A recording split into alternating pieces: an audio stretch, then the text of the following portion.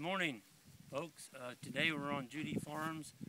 This is a lease farm that we're grazing, and we're basically in winter strip grazing mode where we're giving the animals a daily allocation of feed, trying to take the tops off of the grass and leave a good amount of litter on the ground. We finally got some rain. We're in a major drought here. Basically went from June of this year until this last couple of days. We finally got about 2.5 inches of rain. The farm that the cattle are on is a farm we've had leased now for about 10 years, and it was continuously grazed. It has had no lime put on it, no fertilizer, just good grazing management. We took the cattle off of here in July during the drought and didn't bring them back until about 2 weeks ago.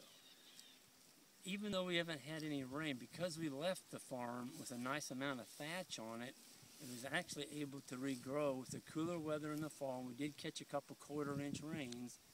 We grew a lot of grass on this farm. So we feel like if we just take the tops off the plants and move the animals on, we're getting maximum animal performance and also maximum regrowth. The more of the solar collector that we can leave intact on the plant when we graze it, the quicker it's going to grow back.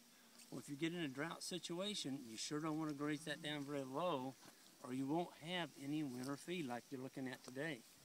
So every day that we can graze, we're putting money in our pocket. Every day you feed hay, you're taking money out of the pocket. So we're pretty excited about our winter. Even though we've been in a major drought, we've got a lot of stockpile due to our management practices. We don't turn in on this grass when it's very short. In the spring, we let it get a good head start. And so it's not like we're chopping the baby's head off. It's a good established standing grass when we come in and start grazing in April.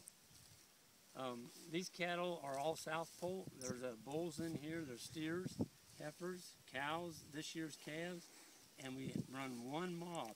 I can't explain how important it is if you get in a drought to have one herd of animals.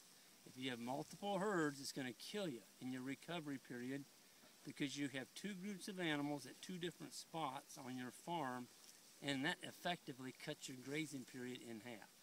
So by all means, do everything you can do, brainstorm it, but get your animals together. Don't have two herds.